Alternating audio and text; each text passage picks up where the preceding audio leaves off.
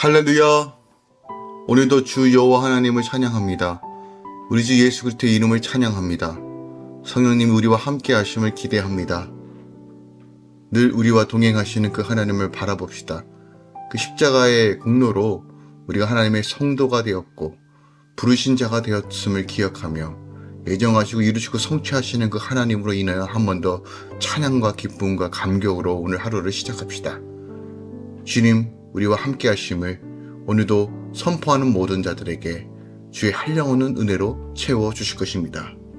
4월 17일 월요일 아침 예배 성삼위 하나님께 올려드립니다.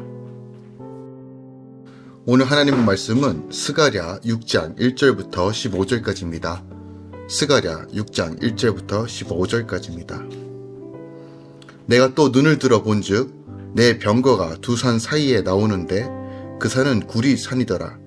첫째 병거는 붉은 말들이, 둘째 병거는 검은 말들이, 셋째 병거는 흰 말들이, 넷째 병거는 어룽지고 건강한 말들이 메었는지라.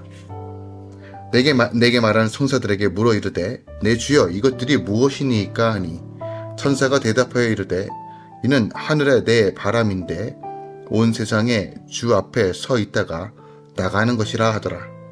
검은 말은 북쪽 땅으로 나가고 흰 말은 그 뒤를 따르고 어른진 말은 남쪽 땅으로 나가고 건장한 말은 나가서 땅에 두루 다니고자 하니 그가 이르되 너희는 여기 나가서 땅에 두루 다니라 하매 곧 땅에 두루 다니더라. 그가 내게 외쳐 말하여 이르되 북쪽으로 나간 자들이 북쪽에서 내 영을 쉬게 하였느니라 하더라. 여호와의 말씀이 내게 임하여 이르시되 사로잡힌 바 가운데 바벨론에서부터 돌아온 헬데와 도비야와 여다야가 스바냐의 아들 요시아의 집에 들어갔나니 너는 이날에 그 집에 들어가서 그들에게서 받되 은과 금을 받아 면류관을 만들어 여호사닥의 아들 대제사장 여호수아의 머리에 씌우고 말하여 이르기를 만군의 여호와께서 이같이 말씀하시되 보라 싹이나 이름하는 사람이 자기 곳에서 솟아나서 여호와의 전을 건축하리라.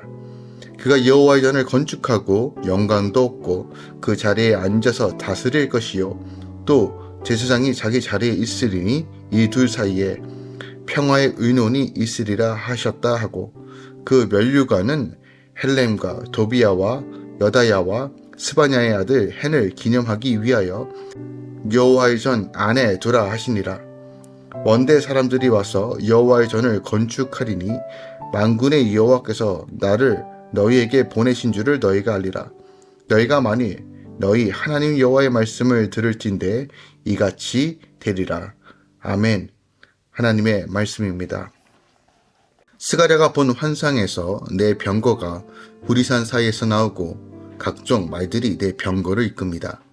이는 하늘의 내 바람인데 그중 북쪽으로 간 자들이 북쪽에서 하나님의 영을 쉬게 합니다.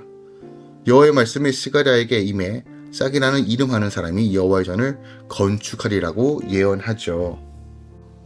오늘 본문 말씀은요, 스가랴가 여호와께 처음 말씀을 받을 때부터 약 3개월이 지났을 때 다리오 왕 제2년 11월 24일 밤에 연속적으로 받은 8번째 환상 예언을 다루고 있어요. 오늘 이 8번째 환상은 마지막 환상으로서 두 구리산 사이에서 나오는 네 병거의 환상을 다루고 있습니다. 조금 더 절별로 먼저 살펴보면 먼저 1절부터 3절까지는 환상 자체에 대한 기록으로서 각각 붉은 말과 검은 말과 흰 말과 어른진 말이 끄는 네 병거가 구리산 사이에서 나왔음을 기록하고 있어요. 그리고 4절에서 5절은 네 병거의 정체에 대한 스가랴의 질문과 천사의 답변이 기록하고 있는데 천사는 네 병거에 대하여 온 세상의 주 앞에 서 있다가 나가는 하늘의 내 바람이라고 하였습니다. 여기서 바람은 영으로서 내 바람은 결국 하나님의 명령을 수행하기 위해 온 세상을 향하는 바로 내 천사를 가리킨다는 것이죠. 6절부터 7절에는 내 병거의 말들이 천사의 명령을 듣고 각기 정해진 방향으로 나가서 땅에 두루 다닌다는 사실이 기록되어 있어요. 그리고 8절은요, 여호와 혹은 여호와의 사자가 스가랴를 향해 북쪽으로 나간 병거들의 활약으로 자신의 영이 쉬게 되었음을 말하고 있습니다. 여기서 병거는요, 전쟁과 관련한 일종의 무기입니다. 병거는 전쟁에 쓰는 수레, 성경에서는 비유적으로 하늘의 천군 천사들, 하나님의 심판, 하나님의 탁월한 능력 등을 상징합니다. 그리고 오늘 본문에 어룬징 말은, 이 어룽지다라는 것은 여러 가지 빛깔의 큰 점이나 줄 따위가 고르고 촘촘하게 무늬가 있는 것이라고 뜻하는 단어입니다. 내 병거는 하나님의 심판을 수행하는 천사들을 가리키죠. 그러니까 내 병거가 그들이 정해진 방향으로 나가는 것은 심판을 수행하기 위해 나간 것을 의미합니다. 이것은 요한계시록에서도 동일하게 이 말에 대해서 나타나고 있죠. 성경에서 북쪽은 하나님의 백성을 대적하는 세력이 있는 곳으로 여겨졌습니다. 따라서 하나님께서 북쪽으로 나간 병거들의 활약으로 당신의 영이 쉬게 되었다라고 말씀하시는 것은 하나님의 백성을 대적하는 자들에 대한 심판이 완료되었다는 것을 나타내는 것으로 하나님의 백성을 대적하는 악한 세력에 대한 하나님의 심판이 반드시 이루어질 것이라는 것을 보여주고 있어요. 그래서 이 8번째 환상은 1차적으로는 제2성전을 수르바벨 성전이죠. 재건하는 과정에서 이방인들의 공격에 직면하여 고난과 어려움 가운데 처해 있던 이스라엘 백성들, 돌아온 이스라엘 백성들이를 위로하는 것이라고 우리가 볼 수 있습니다. 또한 이것은 궁극적으로 오늘날 거룩한 성전으로 지어져 가며 온전한 구원의 자리인 새 예루살렘에 들어가기를 소망하지만 대적 사탄의 핍박과 공격을 끊임없이 접하는 성도들에게 크나큰 위로를 주는 말씀이라는 것이죠. 그러니까 곧 사탄이 장차 하나님의 심판으로 말미암아 패배할 것이고 성도들에게 최후의 승리가 주어진다는 것을 너무 명확하게 보여주고 있는 것이 오늘 본문 말씀의 내용입니다. 9절부터 내용을 좀 살펴보겠습니다. 9절은 이 모든 8가지 환상을 끝맺는 바로 대제사장 면류관에 대한 이야기가 담겨져 있습니다. 바로 9절부터 15절까지죠. 이 모든 8가지 환상을 끝맺는 대제사장 면류관에 관련된 기사가 바로 1장부터 6장까지 이어지는 모든 사건에 대한 마지막 부분이라는 거예요. 9절부터 14절에는 대제사장 여호와의 면류관 제작과 보관, 그리고 종말론적 성전 건축자에 대한 예언이 전달되고 있어요.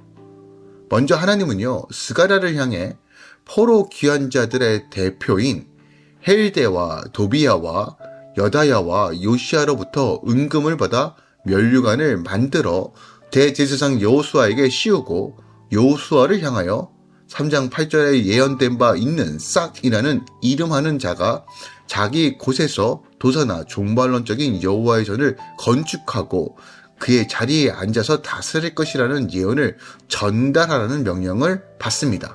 그것이 12절부터 13절의 내용이에요. 그리고 여호수아를 위해 제작한 면류관을 앞서 말한 백성의 대표자들, 곧 면류관 제작을 위하여 은금을 바친 헬렘과 도비야와 여다야와 헨을 기념하기 위해 여호와의 전에 두도록 명령합니다. 이것이 14절이죠. 그리고 15절은요. 종말론적 성전 건축의 재확증을 통하여 이 환상을 끝맺고 있으며 여호와의 사자의 선언이라고 기록하고 있습니다. 자, 오늘 이 본문 말씀에서 대제사장 여호수아는 영원한 대제사장인 그리스도를 예표하는 인물입니다. 그러니까 수르바벨 성전의 건축은 단순하게 파괴된 예루살렘 성전의 재건의 차원으로 그치는 것이 아니라 장차 영원한 대제사장이요 성전의 원형이 되시는 그리스도께서 자기 몸을 바쳐 건축하실 종말론적 성전 건축의 예표가 되는 사건이라는 거예요. 새 예루살렘. 아울러 참되고도 궁극적인 성전은 역사적으로 예루살렘에 건축된 성전이 아니라 바로 그리스도에 의해 건축된 성전이라는 것을 우리가 확인할 수 있습니다. 이 참된 성전은 우선은 그리스도의 몸된 교회를 의미하며 더 나아가 성도들이 영원히 거할 하나님을 예배할 영원한 하나님의 나라를 가리킨다는 것이에요. 오늘 본문을 통해서 여호수아와 선민 이스라엘이 재건할 성전이 예수 그리스도와 하나님의 나라를 예표하고 있다는 것을 분명히 인식하며 또한 성도들 그리고 성도의 모임인 교회 역시 장차 올 새 예루살렘 거룩한 하나님의 나라의 예표가 되어야 한다는 것을 우리가 분명히 보아야 합니다. 오늘 본문 말씀에서 우리에게 중요하게 생각하고 묵상할 말씀이 무엇이 있을까요?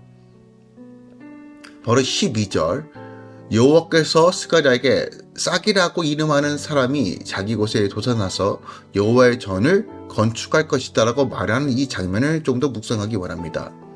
여기서 싹은 바로 대제사장 여호수아가 예표하는 메시아를 의미하죠.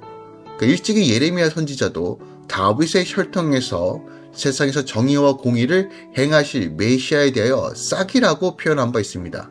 그것은 예레미야 23장 5절에 기록하고 있어요. 그러니까 그분은 대제사장 여호수아가 하나님의 성전을 건축한 것처럼 장차 이 세상에 나타날 영원히 파괴되지 않을 구약의 모든 성전이 예표하는 하나님의 성전을 건축할 자이다 라고 말합니다. 근데 중요한 것은 메시아를 싹이라고 표현한 것에 우리는 좀 주목해 봐야 됩니다. 싹은 땅에서 돋아나는 식물의 색상이나 나무 줄기에서 돋아나는 순을 의미하죠. 이 싹은 연약함과 보잘것없음을 상징합니다. 그런데 왜 메시아를 하필 이렇게 연약하고 보잘것없는 싹으로 표현했을까요? 그것은 그의 출신이 지극히 비천하고 사람에게 주먹박지 못할, 아니 오히려 천대받는 출신이 될 것임을 암시하고 있는 것이에요. 거대한 나무줄기에 조그맣게 솟아난 싹, 많은 땅에 돋아나는 싹은 사람들의 눈에 잘 띄지 않아요. 메시아의 시작도 아무도 주목하지 않을 정도로 미미할 것임을 오늘 예언하고 계신 것입니다. 이사야 선지자는요, 메시아에 대하여 이렇게 예언합니다. 그는 주 앞에서 자라나기를 연한 순 같고 많은 땅에서 나오는 뿌리 같아서 고운 모양도 없고 풍채도 없는, 즉 우리가 보기에 흠모할 만한 아름다운 것이 없도다 라고 이사야 53장 2절에 기록하고 있어요. 과연 이 땅에서 오신 메시아 예수 그리스도는 사람들의 시각에 미미하고 비천하여 여기서 충분히 했고 그렇게 사람들에게 주목을 받지 못하였습니다. 우리의 구원자 되신 예수 그리스도께서는 그 어떤 화려한 생활이 아니라 가장 낮고 낮은 모습으로 이 땅에 오셨다는 거예요. 갈릴리 나사렛에서 목수 일을 하시며 요셉의 아들로서 태어나 정말 보잘것없는 베들레헴의 한 여관에서 짐승의 구유에 누이시고 외모 하나 누구에게 주목할 만한 모습이 아닌 그저 그렇게 아무런 빚도 없는 곳에서 그렇게 이 세상에서 오셨고 주님의 공생애를 시작했다는 거예요. 또 공생 기간은 수많은 유대인들의 배척과 어려움을 당하셨어요. 그런데 예수께서 어떤 일을 하셨습니까? 유대인들은 메시아를 기다릴 때 영적인 메시아를 기다렸고 로마를 무너뜨릴 정치적이고 또한 군사적인 메시아를 원했지만 그들 생각과 전혀 다른 핍박과 억압 그리고 십자가를 지시는 모습을 통해서 그가 누구이신지, 그가 전하는 메시지가 무엇인지, 또한 예수 그리스도께서 무엇을 이루시는지를 분명히 보여줍니다. 마치 연한 싹과 같이요. 그렇게 시작하셨지만 그의 일은 온 인류를 구원할 만한 일이 되지 않았습니까? 온 천하를 구원할 하나님과 우리 사이에 막힌 담을 허무시고 온전히 하나님 안에 거할 수 있는 그 생명의 길을 여신 놀라우신 주님. 바로 이것이 바로 그리스도인의 삶이 아닐까 생각합니다. 때로는 누구에게 인정받지 않고 마치 연한 싹과 같고 보잘것없는 모습이처럼 묵묵하게 주의 뜻을 향해 나아갈 때 하나님은 그 싹이 세상을 덮을 만한 큰 나무로 인도해 주셔서 당신의 나라를 세워가는 일에 사용하신다는 것이에요. 우리가 세상의 관점, 인간의 관심 이것이 중요한 것이 아니라 우리가 어떤 상황이든 간에 우리 주 예수 그리스도를 바라보며 그 믿음을 지키며 나아가는 것이 우리 안에 부르심이라는 것을 기억하기 원합니다. 건축자가 버린 돌이 집 무덤의 머릿돌이 되었나니 이는 여호와께서 행하신 것이요 우리 눈에 기이한 바로다라고 시편 118편 22절과 23절이 말합니다. 버린 돌이 집의 모퉁이가 되었대요.